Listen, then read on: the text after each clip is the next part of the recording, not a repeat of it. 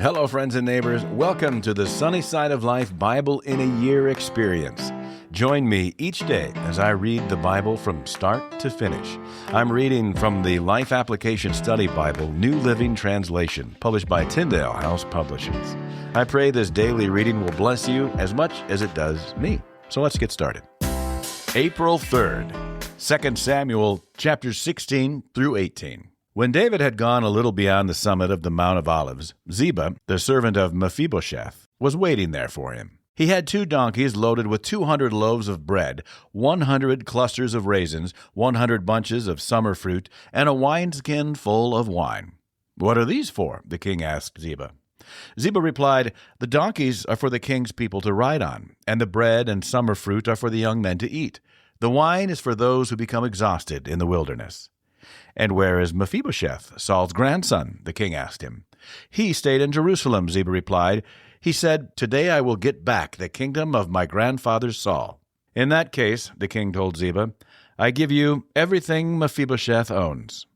"I bow before you," Ziba replied. "May I always be pleasing to you, my lord the king."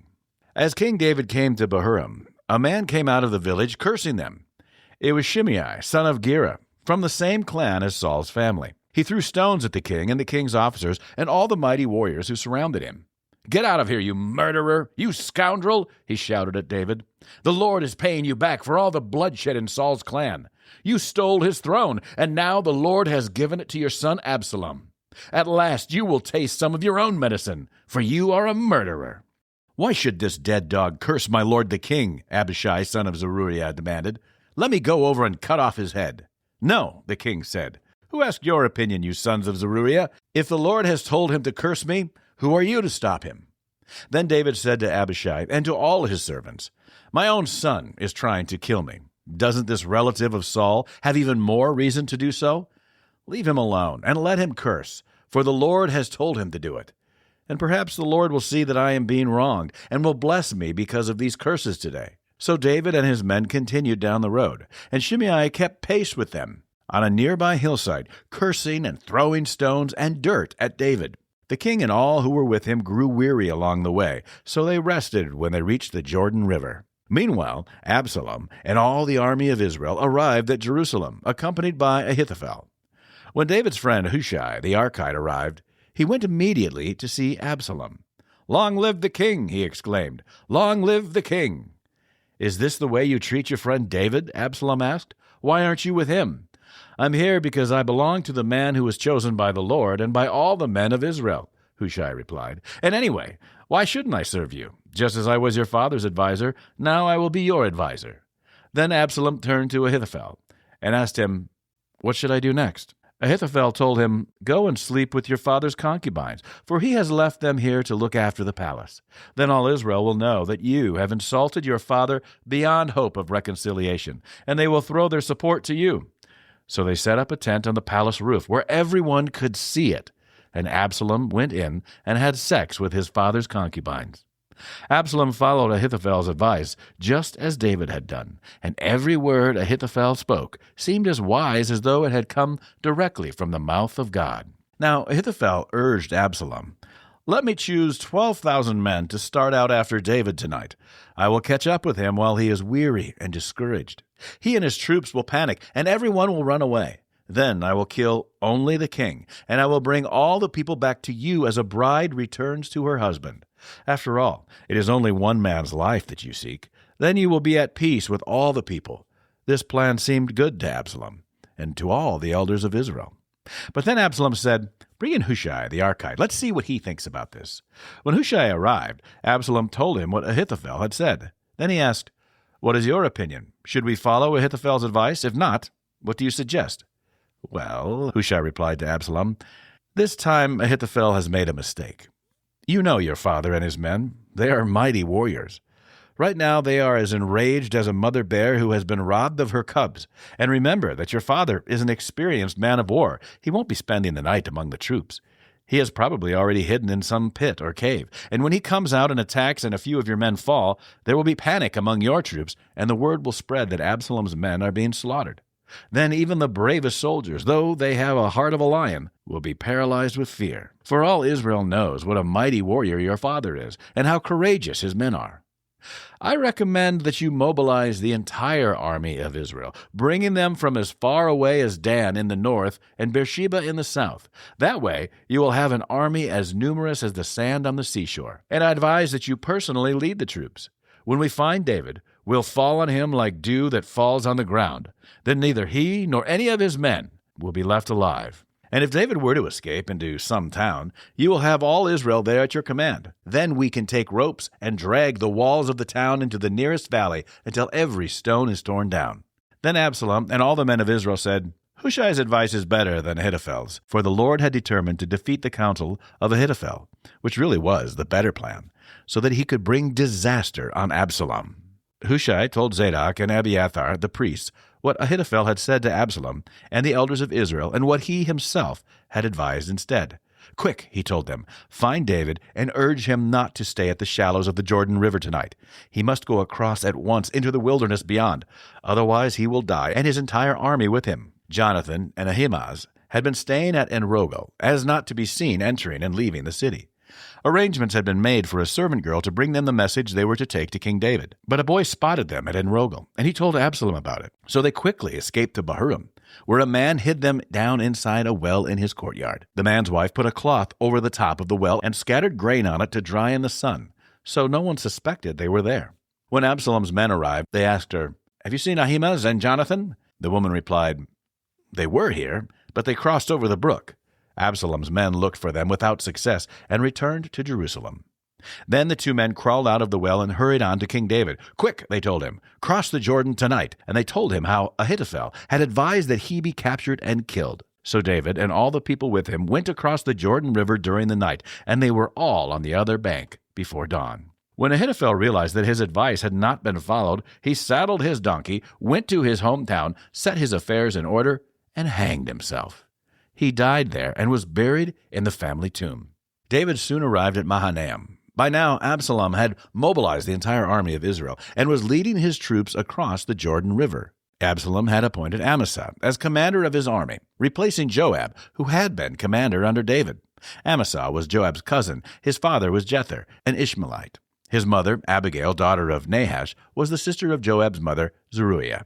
Absalom and the Israelite army set up camp in the land of Gilead. When David arrived at Mahanaim, he was warmly greeted by Shobi, son of Nahash, who came from Rabbah of the Ammonites, and by Makir, son of Amiel, from Lo-debar, and by Barzillai of Gilead, from Rogelim. They brought sleeping mats, cooking pots, serving bowls, wheat and barley, flour and roasted grain, beans, lentils, honey, butter, sheep, goats, and cheese for David and those who were with him.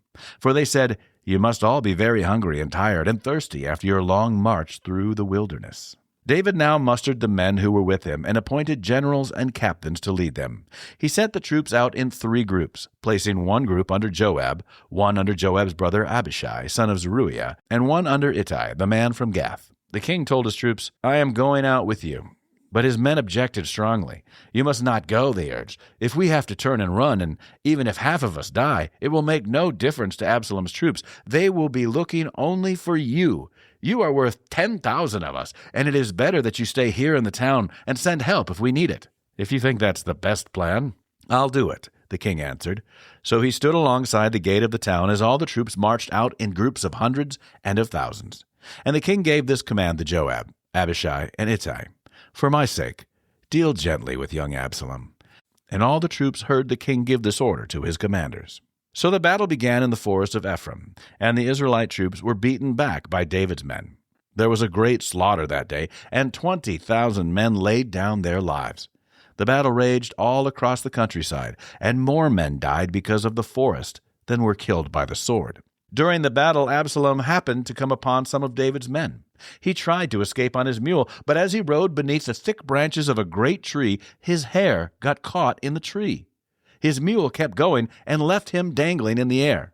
One of David's men saw what had happened and told Joab, "I saw Absalom dangling from a great tree." "What?" Joab demanded. "You saw him there and didn't kill him? I would have rewarded you with 10 pieces of silver and a hero's belt." "I would not kill the king's son for even 1,000 pieces of silver," the man replied to Joab. We all heard the king say to you and Abishai and Ittai, 'For my sake, please spare young Absalom.' And if I had betrayed the king by killing his son, and the king would certainly find out who did it, you yourself would be the first to abandon me." "Enough of this nonsense," Joab said. Then he took 3 daggers and plunged them into Absalom's heart as he dangled, still alive, in the great tree. 10 of Joab's young armor-bearers then surrounded Absalom and killed him. Then Joab blew the ram's horn, and his men returned from chasing the army of Israel. They threw Absalom's body into a deep pit in the forest and piled a great heap of stones over it, and all Israel fled to their homes. During his lifetime, Absalom had built a monument to himself in the king's valley, for he said, "I have no son to carry on my name." He named the monument after himself, and it is known as Absalom's monument to this day. Then Zadok's son Ahimaaz said, "Let me run to the king with the good news that the Lord has rescued him from his enemies." "No," Joab told him, "it wouldn't be good news to the king that his son is dead. You can be my messenger another time, but not today." Then Joab said to a man from Ethiopia, "Go tell the king what you have seen." The man bowed and ran off. But Ahimaaz continued to plead with Joab, "Whatever happens, please let me go too." "Why should you go, my son?" Joab replied. "There will be no reward for your news." "Yes, but let me go anyway," he begged. Joab finally said, "All right, go ahead." So Ahimaaz took the less demanding route by way of the plain and ran to Mahanaim ahead of the Ethiopian. While David was sitting between the inner and outer gates of the town, the watchman climbed to the roof of the gateway by the wall. As he looked, he saw a lone man running toward them. He shouted the news down to David, and the king replied, "If he is alone, he has news." As the messenger came closer, the watchman saw another man running toward them. He shouted down, "Here comes another one." The king replied, "He also will have news." "The first man runs like Ahimaaz, son of Zadok," the watchman said. "He is a good man and comes with good news," the king replied. Then Ahimaaz cried out to the king, "Everything is all right." He bowed down before the king with his face to the ground and said, "Praise to the Lord your God, who has handed over the rebels who dared to stand against my lord the king." "What about young Absalom?" the king demanded. "Is he all right?" Ahimaaz replied, "When Joab told me to come, there was a lot of commotion, but I didn't know what was happening." "Wait here," the king told him. So Ahimaaz stepped aside.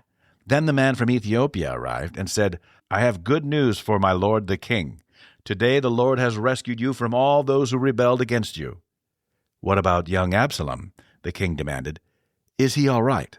And the Ethiopian replied, "May all of your enemies, my lord the king, both now and in the future, share the fate of that young man."